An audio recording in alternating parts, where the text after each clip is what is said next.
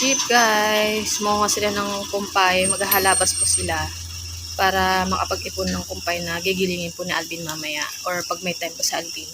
Kaya naman sila po ay inusap ni Alvin, mga pamangkin niya, para mangumpay sa pitso. Sila ang maghahalabas doon sa lupa ng mga aking mga biyanan. Tapos yun, makakapag-ipon na ng mga gigilingin ulit pang silage po namin.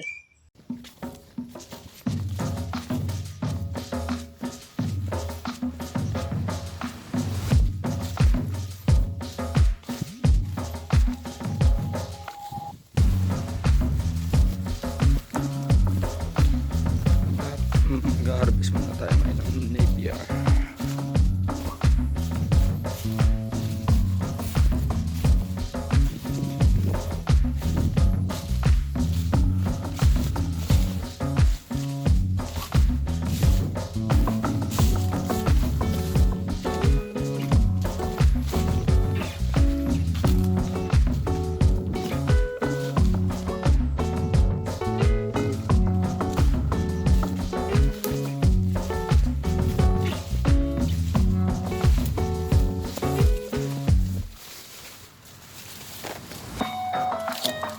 Pugi ng taga-tabas ko ng kumpaya.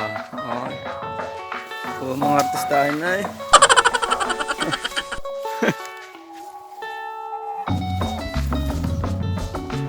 Kaya mga naghahanap ng mapapangasawa, yan pang pipilihan ng pangahanap nyo. Yari, kagagawa po na kasi sipag pa. Ha?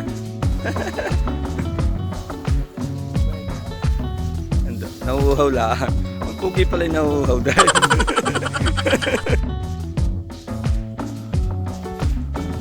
Mga kabatang, nag-harvest tayo ngayon ng napier. Ito po ang ating dalawang taga-tabas na mga gwapo.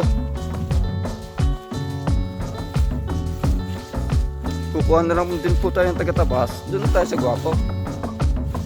Masisipag pa. Ha? Saan ka pa?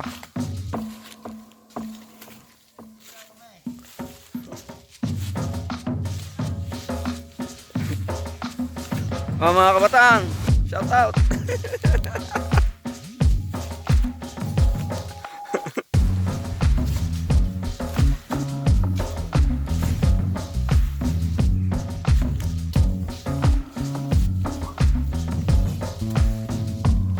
Ano? Yan. Pag po gusto niyo magpatrabaho, kontrakan niyo lang po ako.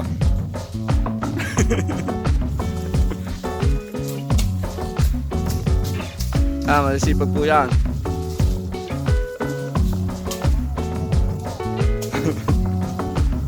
Basta babantayan nyo lang ha, pagka kayo kapatrabaho sa mga yan.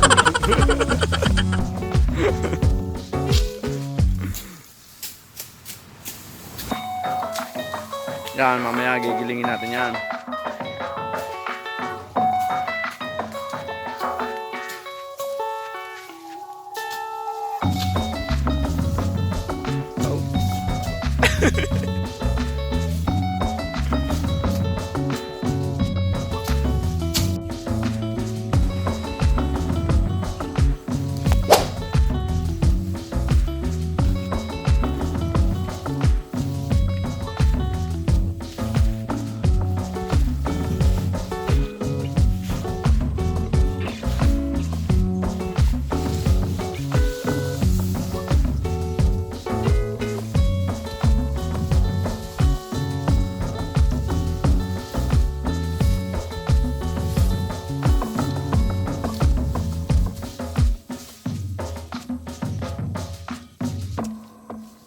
Pugi ng taga-karga ng napier Gaganahan ng bakang kumain ng napier. Okay. Malapit na pong mapuno. Ito ang isang ating nakuhang import. Napakatangkad doon yan. Gandang lalaki pa. Hindi ko nang walang ba't natatawa pag sinasabi kong matangkad. Check guys, 11:30 na po. So it's time to cook. Yung dadalhin po ni Alvin na tanghalihan po nila doon sa pitsyong manok. Dahil nga po, 'di ba? Nagpapa-harvest po ngayon si Alvin ng nagpapahalabas po ngayon ng napier or trigo po para sa pang silage po niya mamaya. Kaya naman may dalawa po siyang paupahan ngayon. Nandun pa po sila sa pitso. Umuwi lang po si Alvin para maglinis po ng drum. Para po paglalagyan, pag-istakan po ng silage mamaya, yung magigiling po mamaya na napier. So, yan guys. Prito ako ng tilapia. Tapos meron na pong gulay dito kanina niluto ko. So, yan. Tapayag po yan na may kamatis, sibuyas, bawang. Tapos pampalasa lang po niyan, asin. Tapos may konting magic sarap. Ayan. Tapos si Teo po ay nagme-merienda na ulit. Hi! Bagong gising! Bagong gising ang baby namin. Ayun po yung unang nakuha ni Alvin. Ito na po guys yung unang nakuha ni Alvin na napier or trigo ang tawag po sa amin dito. Mas kilala po ditong trigo. Pero sa iba po talaga napier po ang tawag. So yan. Yung dalawa pong kasama po ni Alvin kanina, nasa pitso pa po, nag-harvest pa po sila doon ng iba dahil yung mga tinanim po ng mga tatay tsaka ni Alvin. Ayan guys. Ako yung nagtataka guys. Tignan nyo guys ha.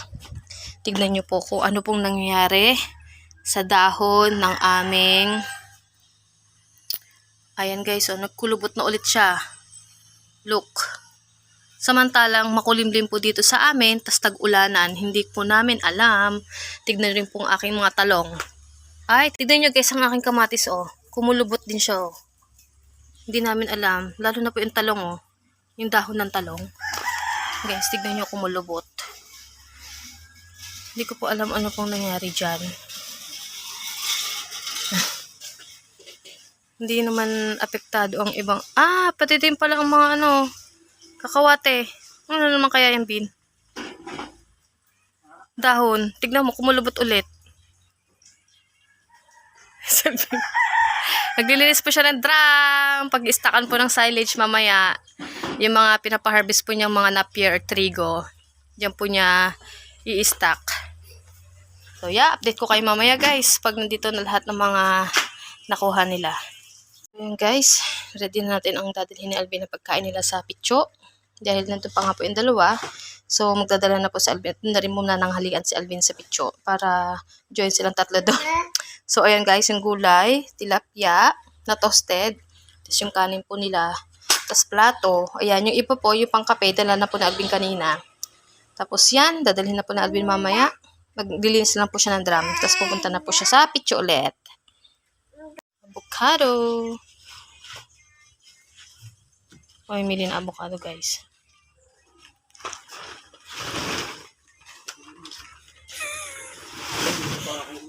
Kaya nga. Saan yan? Sa ilaya? Sa ilalim. Ay, sa ilalim. Sa kain. Kung may nakuha mga estudindaan. Tapos nagkakasin sa tabing daan. Ano kasi saka? Kalain mo yun.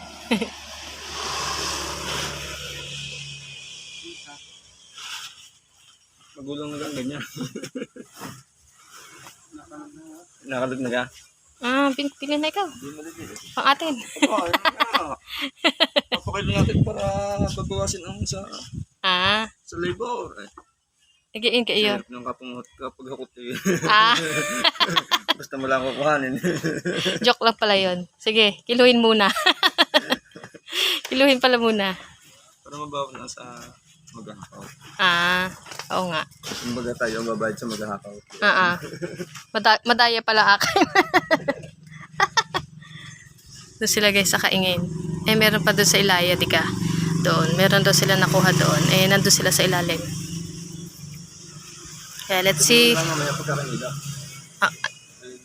Kabahagi ka ng pahinga. Maganda pagtanim. Alis ka na ga. Pabalik na ulit guys si Alvin sa pitsyong manok. Sa kukuhanin. Yan. Sila na po ang mangunguha. Tapos yun. Bibigyan na lang po mamaya ang bayad. 25 guys ang per kilo. 25 per kilo po ang avocado dito guys. Tapos yan. Sila na po bahalang magbenta kung saan nila gusto ibenta. Let's find out mamaya guys kung magkano ang napagbebenta natin ng avocado. Guys, yung mga nakuhang avocado.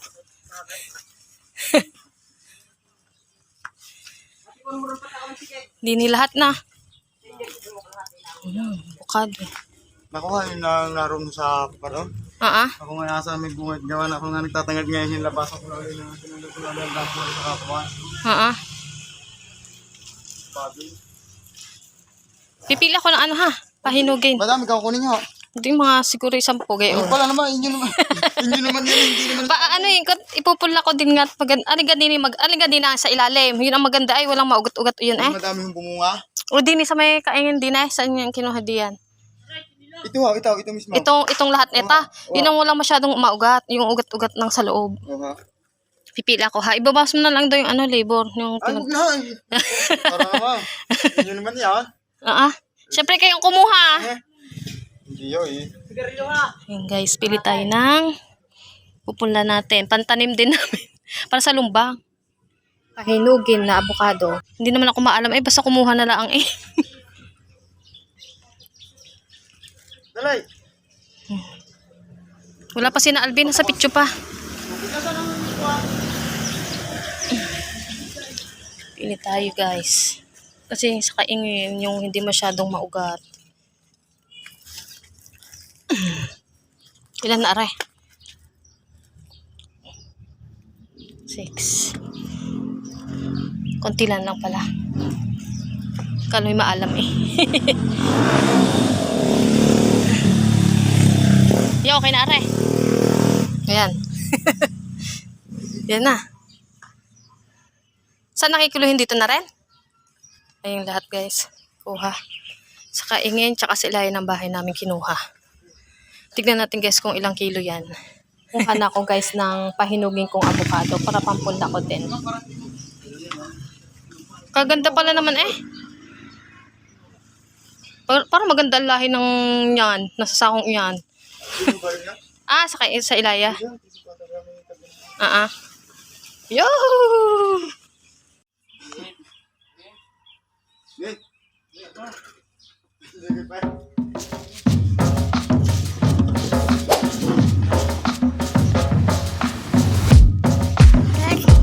Nagkikilo sila anak.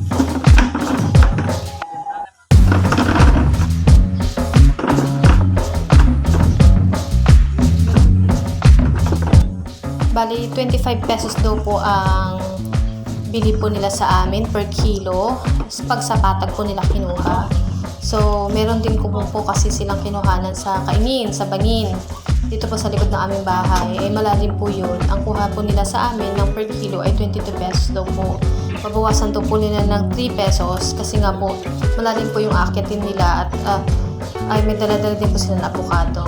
Kaya naman, let's find out mamaya guys kung magkano talaga yung mabibenta natin na ilang kilo itong avocadong lahat ng to at saka magkano po yung pera na bayad nila.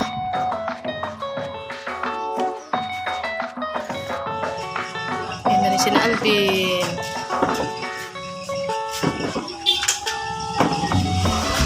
Naka 100 kilo na guys. So meron pa doon. Ikilogin pa. Ayun, ang tatay. Nandyan na ang mga tatay.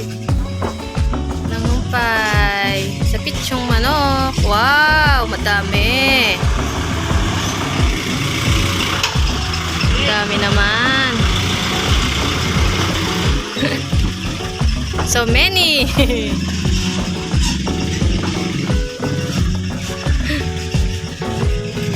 Ayun na si Alvin. Ikaw na mag-explain kay Alvin. Ha? 120 na. 120 kilo na guys. Tayo nandoon. Tapos yung pa kikiluhin. Nakakuha na ako.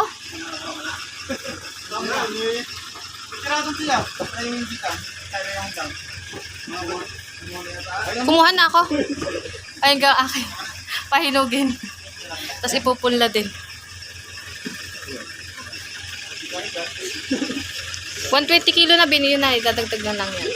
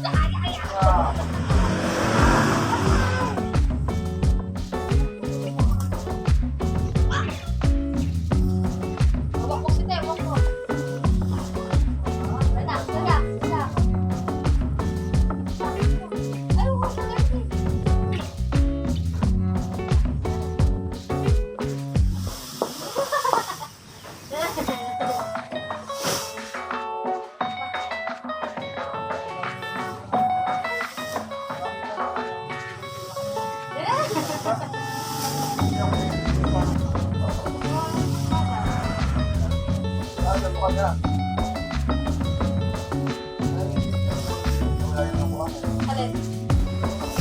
Avocado?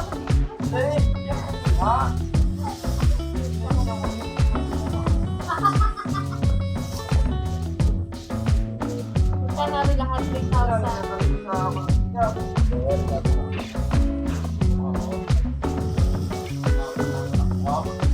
So guys, kita sa avocado. 3,000.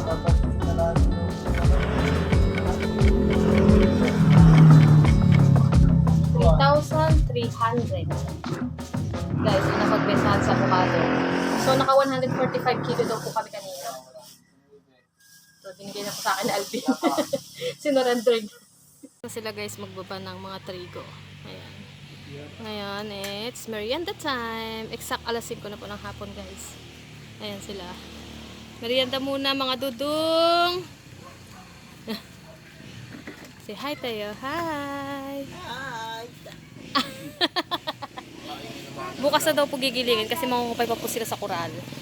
So, dadagdagan pa po yan. Kasi nilalagay na po sa drum. Ayun ma'am. Ay, tatay na namin ay nakain. Pancake. So, bukas balikan ko kayo guys. Pag ginigiling na po yung mga trigong iyan. Titignan din po sadya natin kung matibay talaga ang shredder na nabili natin. Kasi sobrang dami nito guys. Oh.